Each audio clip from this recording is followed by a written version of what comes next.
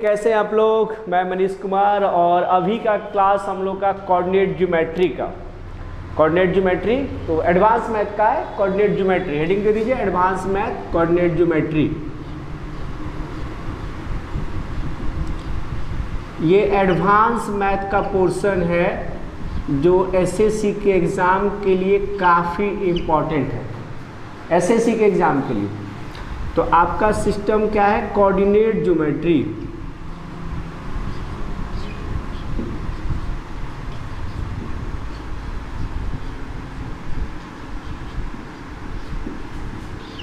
Heading दीजिए coordinate geometry.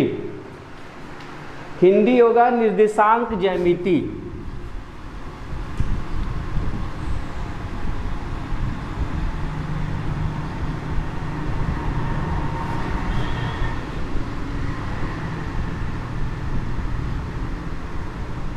ज्यामिति इसका हिंदी होगा कोऑर्डिनेट ज्योमेट्री। एडवांस मैथ का काफ़ी इंपॉर्टेंट पोर्शन है। तो चलिए कोऑर्डिनेट ज्योमेट्री में आपको जैसे कोई भी कोऑर्डिनेट देखते होंगे तो आप ऐसे लिखा रहता होगा। पहले इसका मतलब समझिए, जैसे P की वैल्यू है 3 4, M की वैल्यू है 4 6।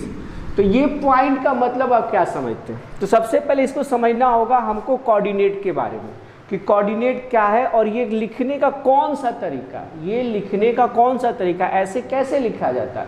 जैसे किसी पॉइंट को इसमें अगर इंडिकेट करना हो तो ये 3 है और ये 4 है। एक्स एक्सिस 3 यूनिट है, वाई एक्सिस 4 यूनिट है। तो सबसे पहले कोऑर्डिनेट समझना होगा। तो कोऑर्डिनेट जो लिखने के तरीके हैं इधर हम आपको बताते हैं, ध्यान से समझिएगा। कोऑर्डिनेट जो लिखने के तरीके हैं वो दो तरीके, वो हैं दो। एक है रेक्टेंगुलर, एक है रेक्टेंगुलर कोऑर्डिनेट सिस्टम, रेक्टेंगुलर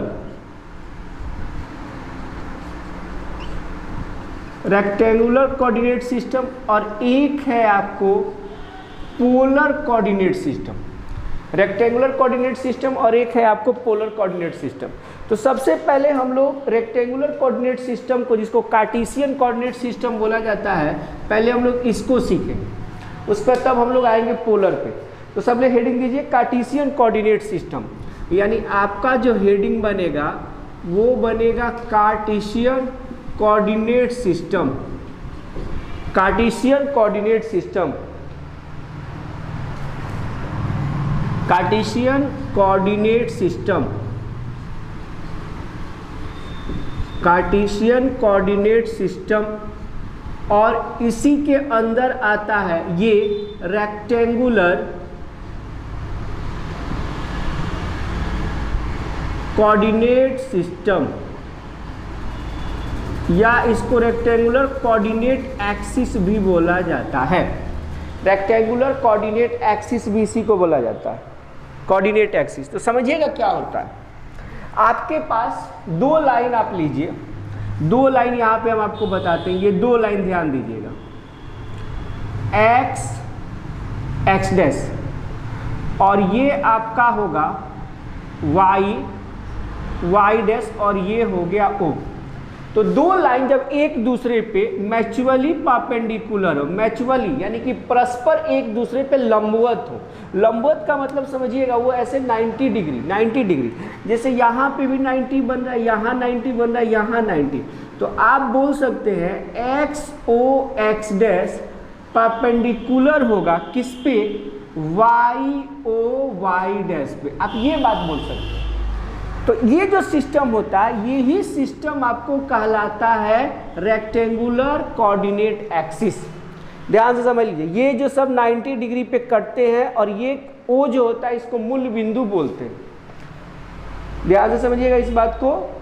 यानी अब यहाँ पे ये जो चीज़ें हैं आपको नोट में समझने वाली बातें कुछ होगी कि सर यहाँ पे ये जो चीज़ें दिख रही है एक्स ओ एक्स डैश, इसको हम लोग बोलते हैं एक्स एक्सिस, ये कहलाता है X axis. Y O Y dash ये कहलाता है वाई एक्सिस, ठीक है, वाई एक्सिस कहलाता है।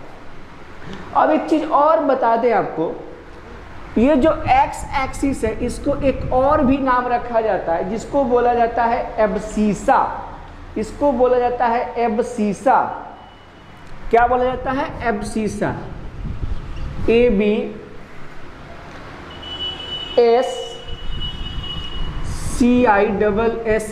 एब्सिसा। और हिंदी में इसको बोला जाता है भूज। और ये जो है इसको बोला जाता है ऑर्डिनेट। ऑर्डिनेट, वाई एक्सिस को ऑर्डिनेट बोला जाता है और हिंदी में इसको बोला जाता है कोटि। क्या बोला जाता है? कोटि। समझिएगा ध्यान से, ये दो चीजें इंपॉर्टेंट निकल के आई कि यहाँ पे जो है ये आप एक दूसरे पे मैच्योरी परपेंडिकुलर हैं, तो इस सिस्टम को बोला जाता है रेक्टेंगुलर कोऑर्डिनेट एक्सिस। एक लाइन दूसरे लाइन पे लंब होता है और ये जो दोनों इंटरसेक्शन होते हैं, जो दोनों इंटरसेक्ट करते हैं, यहीं पे ओरिजिन होता है। ओरिजिन, जिसको हम लोग हिंदी में बोलते हैं मूल बिंदु, यहीं पे ओरिजिन होता है। जहाँ दोनों लाइन एक दूसरे से कटते हैं वही लाइन आपका कहलाता है ओरिजिन, और हिंदी में इसको बोलते हैं मूल बिंदु। मूल बिंदु, दोनों मूल बिंदु पे ही लाइनें मिलती हैं। और दूसरी चीज बताए कि एक्स एक्सिस को, ये जो एक्स एक्सिस आपको दिख रहे हैं, एक्स एक्सिस को ये आपको कहलाता है, एक्स एक्सिस कहलाएगा एब्सिसा और ये वाई एक्सिस कहलाता है ऑर्डिनेट। किसमें? रेक्टेंगुलर कोऑर्डिनेट एक्सिस में। तो चीजें समझ में आ रही है? अब आगे बढ़िएगा। अब जैसे इस एक्सिस सिस्टम को बाहर लाइएगा तो आपको ध्यान देंगे यहाँ पे कि ये तो x है, ये ओरिजिन है, ये x डैश है, ठीक है, ये आपका y है और ये आपका y डैश है। तो ये चार रीजन बनते हैं। जैसे ये पहला फर्स्ट रीजन है, क्षेत्र जिसको बोलते हैं, ये दूसरा है, ये आपको तीसरा है और ये आपको चौथा है। चार एरिया बनते हैं, रीजन जिसको एरिया भी बोला जाता है, क्षेत्र बनते हैं। बोलिए, चार क्षेत्र बन रहे हैं कि नहीं? यस या नो बोलिए। चार क्षेत्र बन रहे हैं कि नहीं? तो इसको हिंदी में बोला जाता है पाद। प्रथम पाद, ये हो गया द्वितीय पाद, और ये हो गया तृतीय पाद, और ये हो गया चतुर्थ पाद, और इस पूरे सिस्टम को बोला जाता है क्वाड्रेंट। क्वाड्रेंट बोला जाता है हिंदी में चतुर्थांश।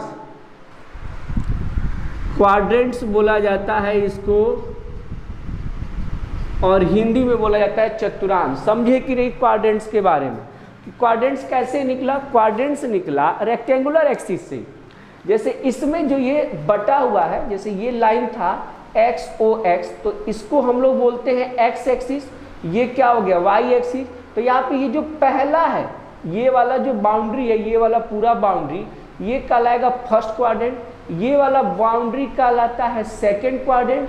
ये वाला बाउंड्री कहलाता है थर्ड क्वाड्रेंट, और ये वाला बाउंड्री कहलाता है फोर्थ क्वाड्रेंट। तो यही चार क्वाड्रेंट हैं कोऑर्डिनेट के अंदर, और ये ट्रिगोनोमेट्री के अंदर भी थे। आप याद करेंगे ट्रिगोनोमेट्री की क्लास में, तो वहाँ भी ये चार क्वाड्रेंट होते थे।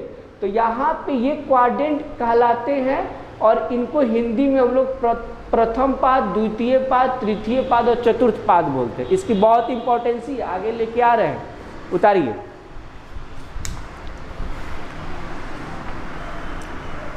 यहाँ तक उतार लीजिए। एब्सिसा किसे कहते हैं, ऑर्डिनेट्स किसे कहते हैं, ओरिजिन्स क्या है, और रेक्टेंगुलर कोऑर्डिनेट एक्सिस आप समझ रहे हैं।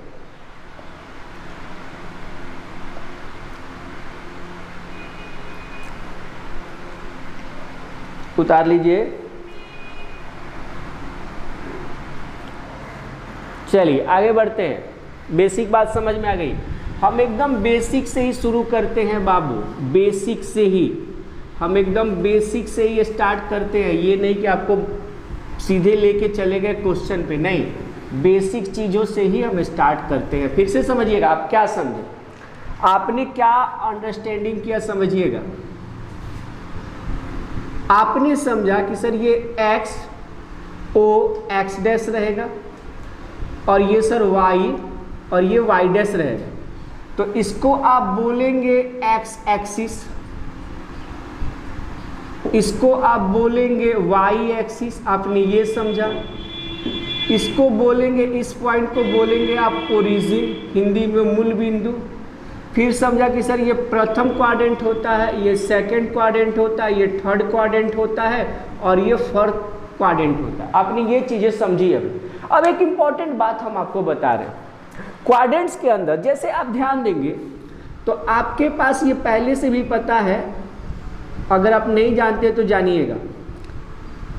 ये अगर आपको सिस्टम दिखाई दे रहा होगा तो ये आपका एक्स डैश ओ वाई और यहाँ पे आपका वाई डैश हो गया। अब एक चीज़ बताइए, ये जो यहाँ से लाइन होता है ये पॉजिटिव होता है कि नहीं बताइए तो?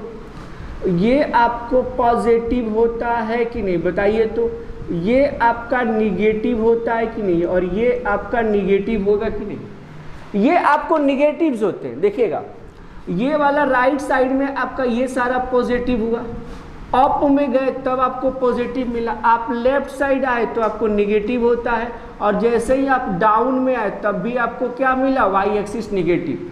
तो आप एक चीज़ें नोटिस कर सकते हैं कि सर इसका मतलब है, आप यहाँ पे x लेते हैं तो यहीं पे लीजिए, ऐसे हम उल्टा भी लिख देते तो कोई दिक्कत नहीं है। आप x यहाँ भी ले सकते हैं और y यहाँ भी ले सकते हैं, ले लीजिए, उससे कोई फर्क नहीं पड़ेगा। ठीक है, आइए, फर्क नहीं पड़ता है क्योंकि हमको समझना होता है, और हमेशा इसको कैपिटल में लिखिएगा, ज़्यादा बेहतर है। अब एक चीज़ समझिएगा, ये OX जो होता है, OX आपको क्या दिया? पॉजिटिव दिया कि नहीं? O से X, O से Y आपको क्या दिया? पॉजिटिव दिया कि नहीं? इसी प्रकार जब आप इधर आएंगे तो O डैश आपको क्या दिया? निगेटिव दे रहा है, सारा निगेटिव। फिर आपको O Y डैश क्या दे रहा है? निगेटिव। दो पॉजिटिव और दो निगेटिव आपको दिख रहा है, दो पॉजिटिव और दो निगेटिव आपको दिख रहा है। तो पॉजिटिव क्या देखिए, नंबर लाइन का ही ये काम कर रहा है। अगर आप ध्यान देंगे तो ये नंबर्स लाइन के ही काम कर रहे हैं ना, ये नंबर्स लाइन के ही काम कर रहे हैं। ये तो नंबर्स लाइन होता है। नंबर्स लाइन कैसे होता है? ऐसे नंबर लाइन होता है कि नहीं? ध्यान देंगे, नंबर लाइन तो ऐसे ही होता है ना बाबू, कि सर यहाँ आप जीरो ले लेते हैं, इधर सारा पॉजिटिव होता है और इधर सारा निगेटिव होता है। बोलिए होता है कि नहीं? ऐसे ही नंबर्स लाइन पे काम करते हैं आप लोग। वही चीज़ है यहाँ पे दो नंबर्स लाइन है, एक ऐसे है, यानी कि ये सर हॉरिजेंटल है, ये दोनों सर क्या है? हॉरिजेंटल है। ध्यान दीजिएगा, तो ये दोनों है हॉरिजेंटल और ये दोनों क्या है सर? ये दोनों है वर्टिकल, और ये वर्टिकल में है, वर्टिकल है यानी उदग्र, ऐसे हॉरिजेंटल ऐसे है। ठीक है, अब एक चीज़ बताइएगा, तो अब जब आप इसमें समझ गए कि ये पॉजिटिव है, ये पॉजिटिव, इसके अंदर जो पड़ता है, ये वाला जो आपको एरिया दिख रहा होगा, ये वाला एरिया, फिर आपको ये वाला एरिया, फिर आपके पास ये वाला एरिया, और फिर आपके पास ये वाला, ये चार एरिया है कि नहीं? चारों एरिया को दिमाग में सेट कर लीजिए। तो आइएगा, जैसे ही चारों एरिया की बात करते हैं तो समझिएगा,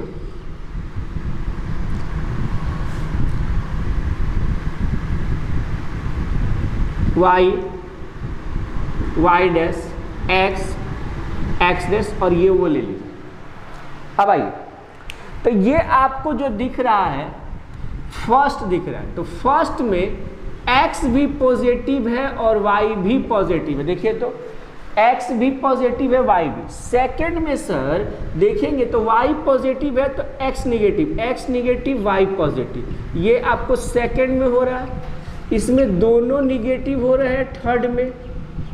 फोर्थ में आप जैसे ही आएंगे तो एक पॉजिटिव एक निगेटिव हो रहा है फोर्थ में। तो ये जो स्ट्रक्चर देखते हैं इनको बोलते हैं सिंबॉलिक रिप्रेजेंटेशन। सिंबॉलिक यानी कि क्वाड्रेंट के सिंबॉलिक रिप्रेजेंटेशन।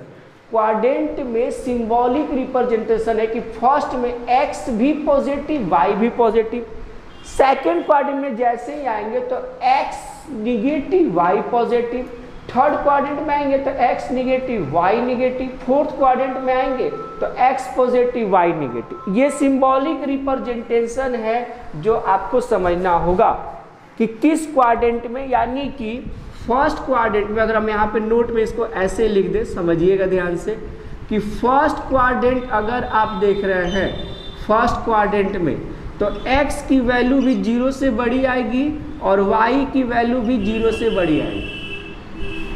x की वैल्यू भी इसमें 0 से बड़ा होना नहीं, हमेशा पॉजिटिव होना चाहिए। यानी ये क्या दिया? ये दिया रिजल्ट फाइनली पॉजिटिव। लेकिन जैसे ही आप सेकंड में एंट्री करते हैं क्वाड्रेंट, सेकंड क्वाड्रेंट में, तो x की वैल्यू 0 से छोटी लेकिन y की वैल्यू 0 से बड़ी होनी चाहिए। x की वैल्यू 0 से छोटी तभी निगेटिव आएगा। लेकिन अगर आप थर्ड में जाते हैं, थर्ड क्वाड्रेंट में आते हैं, तो x की वैल्यू भी 0 से छोटी और y की वैल्यू भी 0 से छोटी होनी चाहिए। फोर्थ क्वाड्रेंट में जैसे ही आप जाते हैं तो यहाँ पे देखिए फिर x की वैल्यू 0 से बड़ी और y की वैल्यू क्या हो जाएगी 0 से छोटी। ये चारों क्वाड्रेंट का डिटेल्स मतलब है। मतलब निकालने में दिक्कत है तो बोलिए, क्वाड्रेंट्स का बहुत यूज है। क्वाड्रेंट्स को एक्सिस समझने में, क्वाड्रेंट समझने में, एक्सिस समझने में, क्वाड्रेंट का सिंबल समझने में कि किस क्वाड्रेंट में कौन पॉजिटिव होगा कौन निगेटिव होगा। अगर अभी भी कोई डाउट है तो पूछ सकते हैं हमसे, हम बहुत बेसिक से लेके चल रहे हैं। कहाँ पॉजिटिव होगा कौन निगेटिव होगा, उतार लीजिए इसको, एकदम बेसिक से है बाबू।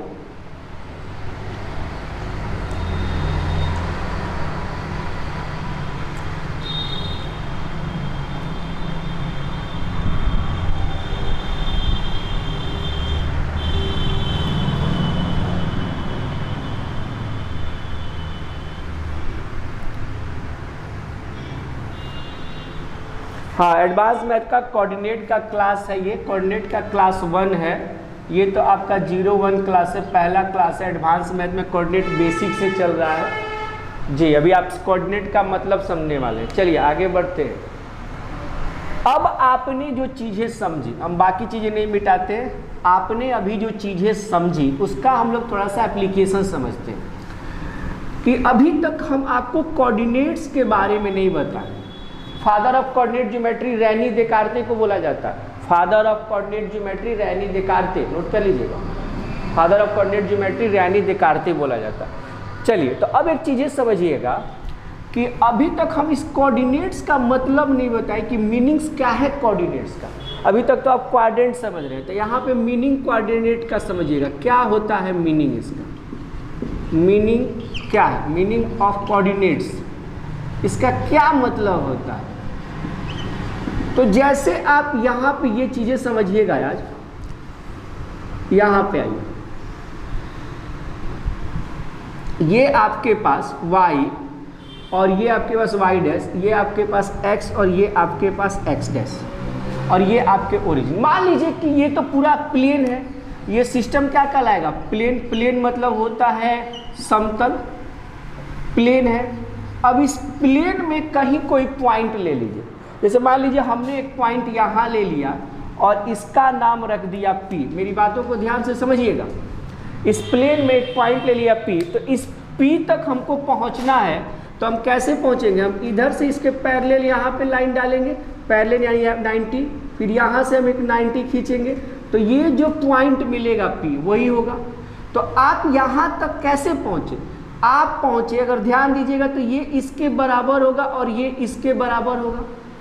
यानी कि इसकी दूरी, ये जो यहाँ से लेके मान लीजिए ये जो दूरी होगी, दूरी बोलते हैं डिस्टेंस, ये दूरी इस दूरी के बराबर होगा कि नहीं, और ये जो दूरी होगा आप जो यहाँ से लेके यहाँ तक गए, ये जो दूरी होगा वो इस दूरी के बराबर होगी कि नहीं। क्यों होगी, तो समझ लीजिए ये आपको बनता है आयत। आयत में आमने सामने की भुजा आपस में बराबर होती है, इसीलिए इसका नाम रेक्टेंगुलर रखा गया था। ये रेक्टेंगल है, रेक्टेंगल में क्या होता है कि आमने सामने की भुजा बराबर होती है और प्रत्येक को 90 डिग्री होता है। तो ये जो दूरी है, ये दूरी, तो इस दूरी से जो ये पॉइंट मिलेगा, तो सबसे पहले यहाँ पे आप x की दूरी लिखेंगे और फिर कॉमा देके y की दूरी लिखेंगे। तो ये जो लिखने का सिस्टम आपको मिला, ध्यान से समझिएगा, ये जो आपको लिखने का सिस्टम मिला, ये ही कहलाता है कोऑर्डिनेट, ये ही कहलाता है कोऑर्डिनेट। समझ लीजिए, अभी मिटा नहीं रहे।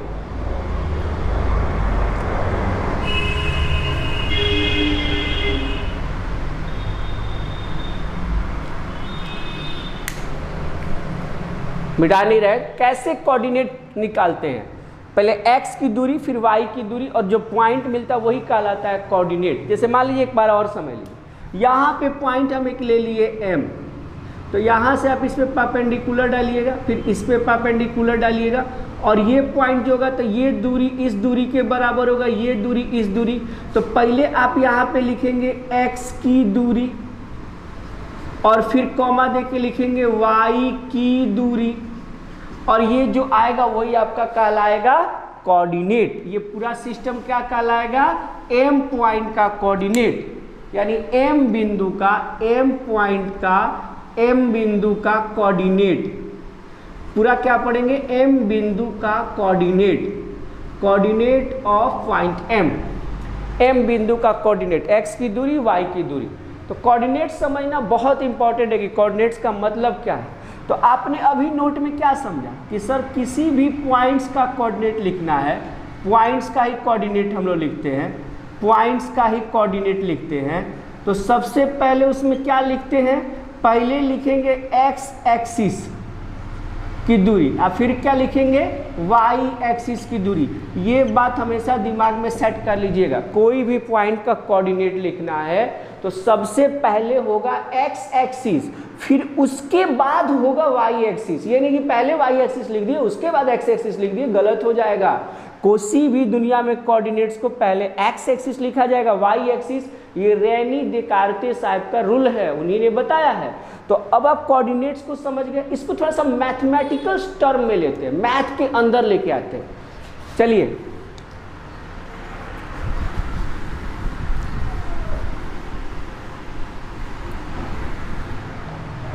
आइएगा, जैसे मान लीजिए, समझिएगा इस बात को फिर से एक बार।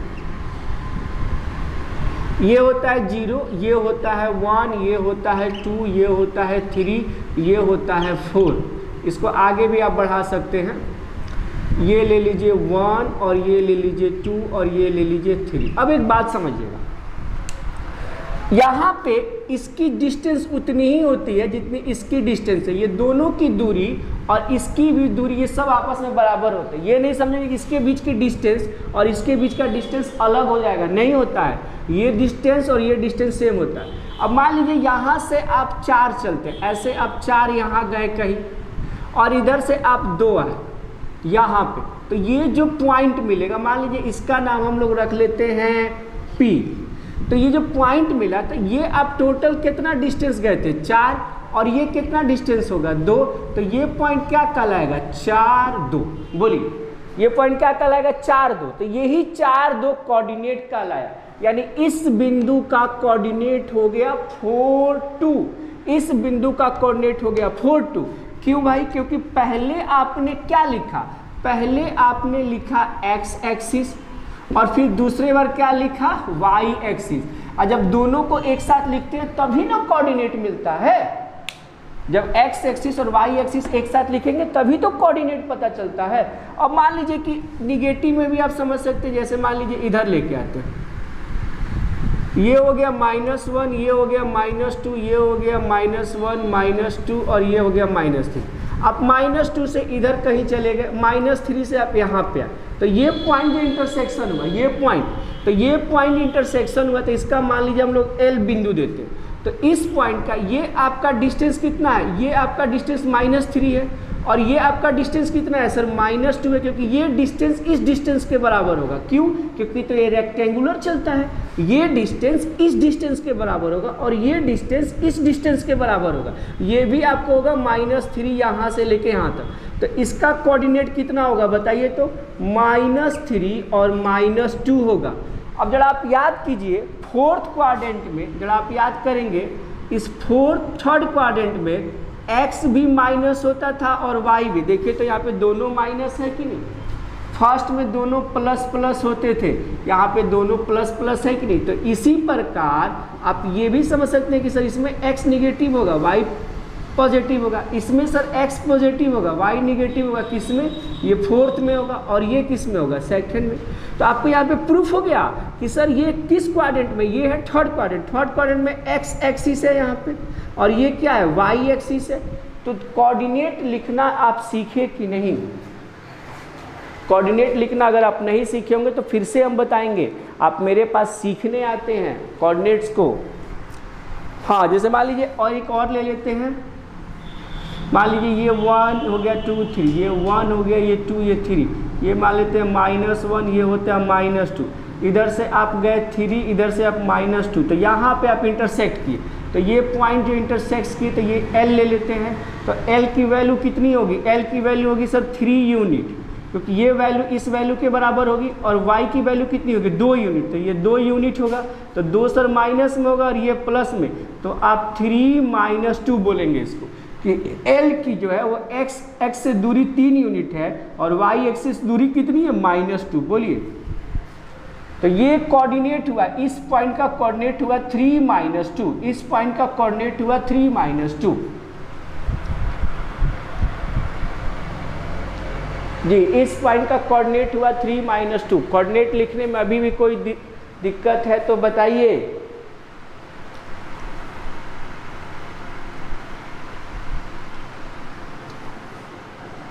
कोई दिक्कत नहीं है, बहुत अच्छी बात है, आप लोग समझदार हो गए, चीज़ें बहुत तेज़ी से समझते हैं, मैं भी यही चाहता हूँ कि तेज़ी से समझिए आप लोग।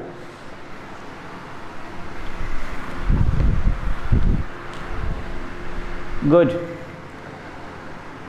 पॉइंट्स को बार बार आप वीडियो को रिप्ले करके देख लेंगे कि सर पॉइंट जहाँ पे दोनों एक्सिस इंटरसेक्ट करेंगे वही उसका कोऑर्डिनेट कहलाता है। दोनों एक्सिस जहाँ पे इंटरसेक्ट होंगे, इंटरसेक्शन का पॉइंट ही उसका कोऑर्डिनेट कहलाएगा। और कोऑर्डिनेट जब भी लिखना है तो सबसे पहले एक्स एक्सिस लिखेंगे और फिर लिखेंगे वाई एक्सिस। ऐसे आप लोग समझदार हैं और बहुत तेज़ी से समझ जाते हैं। हाँ, एडवांस की क्लास का कोऑर्डिनेट ज्योमेट्री का है, ये पहला ही वीडियो है, देखिए इसको। तो अब अगर आपसे किसी ने पूछा, जैसे डायरेक्ट मान लीजिए हमने आपसे पूछा यहाँ पे कि अगर हमने आपसे पूछ दिया कि मान लीजिए -3 और +2 है, ये किस क्वाड्रेंट में जाएगा, तो आप क्या आंसर दीजिएगा कि सर -3 और +2। तो आप देख के बताइए कि सर यहाँ पे x निगेटिव है, y पॉजिटिव है, तो sir x negative y positive ये बिलोंग करेगा, इसको पढ़ते हैं बिलोंग करना, बिलोंग करेगा सेकेंड क्वाड्रेंट में। यानी ये जो पॉइंट होगा वो -3 +2 बिलोंग करेगा सेकेंड क्वाड्रेंट में। और एग्जांपल ले लीजिए ना, जैसे मान लीजिए 4 - 6, ये बताइए तो कहाँ बिलोंग करेगा। तो तुरंत पकड़िए, पहले x एक्सिस है पॉजिटिव, x एक्सिस यहाँ पॉजिटिव होता है, यहाँ पॉजिटिव, लेकिन y एक्सिस निगेटिव, तो ये तो सिर्फ फोर्थ क्वाड्रेंट में ही होगा, तो ये बिलोंग करेगा फोर्थ क्वाड्रेंट में। आ रही है मेरी बातें समझ में कि नहीं, कि कौन किस क्वाड्रेंट में बिलोंग करेगा, यानी कि कौन पॉइंट किस क्वाड्रेंट में जाएगा। अगर ये चीज़ें अगर क्लियर नहीं है तो फिर नहीं समझ में आएगा। बोलिए, अगर ये सारी चीज़ें क्लियर नहीं है तो नहीं समझ में आएगा। तो आपने क्या समझा? कोऑर्डिनेट्स को निकालना समझा, पॉइंट्स को समझा, क्वाड्रेंट्स को समझा, क्वाड्रेंट्स में पॉजिटिव निगेटिव समझा, कौन किस क्वाड्रेंट में बिलोंग करेगा ये आपने समझा। एक और दे देते एग्जाम्पल, 8 - 9, ये तो बता चुके हैं, -8 - 9 बताइए कहाँ बिलोंग करेगा जी। -8 - 9 दोनों निगेटिव, थर्ड क्वाड्रेंट में x भी निगेटिव y भी निगेटिव, यानी कि थर्ड क्वाड्रेंट में क्या x की वैल्यू भी 0 से छोटी होनी चाहिए और y भी की वैल्यू 0 से छोटी, तो है कि नहीं। 0 से छोटी का मतलब क्या होता है? Negative integer. 0 से छोटे का मतलब क्या होता है? Negative integer. तो ये आपको बिलोंग करेगा किस क्वाड्रेंट में? थर्ड क्वाड्रेंट में बिलोंग करेगा। अभी भी क्लियर नहीं हुआ तो बोलिए। हाँ, अब एक चीज आपको समझना है कि जो ये मूल बिंदु होता है इसका स्पेशल कोऑर्डिनेट बना दिया गया पहले से। मूल बिंदु है, ये ओरिजिन है, ओरिजिन, तो इसका कोऑर्डिनेट होता है 0 0। याद रख लीजिए, मूल बिंदु का कोऑर्डिनेट होता है 0 0। यहाँ पे लिख देते हैं, ओरिजिन का जो होता है, ओरिजिन का उसका कोऑर्डिनेट पहले से ही फिक्स है, x भी 0 और y भी 0 होता है, वो आपको चेंज करने की जरूरत नहीं है। x भी 0 होगा, y भी 0 होगा। आ रही है बात समझ में? अगर मान लीजिए कि किसी ने ऐसे लिखा होगा, यहाँ पे बताते हैं, जैसे मान लीजिए किसी ने लिखा 4 0, अब ये बताइए तो कहाँ बिलोंग करेगा। तो आप कहिएगा सर कि x की डिस्टेंस दी है, y की डिस्टेंस 0 दी है, तो ये x एक्सिस पे ही सिर्फ बिलोंग करेगा, x एक्सिस, और किस पे? पॉजिटिव पे बिलोंग करेगा। यानी इसको लिख सकते हैं 4 0 बिलोंग OX लाइन पे, ये तो OX ही होता है ना, OX पे बिलोंग करेगा। बोलिए, 4 0 किस पे बिलोंग करेगा? OX पे। क्यों? क्योंकि 4 दिया है x की वैल्यू और y की वैल्यू 0, तो ये तो बिलोंग करेगा OX पे। या अगर मान लीजिए किसी ने लिख दिया -70, अब बताइए, तो आप कहिए सर -70, तो -70 की जो बात हुई, आप मेरी बातों को ना उतारते भी रहिएगा, घर पे अच्छा नोट्स बनाइएगा। हम तो सीधे लिखते चलते हैं, आपको समझाते चलते हैं, ठीक है ना, तो आप चीज़ों को नोट्स बनाइएगा। -70 है तो -7x है, x निगेटिव है y, तो ये बिलोंग करेगा इस वाले लाइन पे OX डैश पे। बोलिए OX डैश पे बिलोंग करेगा कि नहीं? क्योंकि y की डिस्टेंस तो 0 हो गई, x की डिस्टेंस तो -7 है, तो जब x एक्सिस रहे y एक्सिस रहे तो वो क्वाड्रेंट में बिलोंग नहीं करता है, वो करता है लाइन पे बिलोंग, वो करता है लाइन पे। किस पे करता है? लाइन पे बिलोंग करता है। तो कोऑर्डिनेट ज्योमेट्री के इंट्रोडक्शन का क्लास में किसी को दिक्कत है? ये इंट्रो था, इसके आगे और भी चीज़ें होगी। बोलिए कोई दिक्कत नहीं, हम हट जाते हैं बोर्ड से, देख लीजिए सारी चीज़ें बोर्ड पे है, नहीं दिक्कत है तो चलिए थैंक यू, अगले क्लास में मिलते हैं हम लोग, धन्यवाद।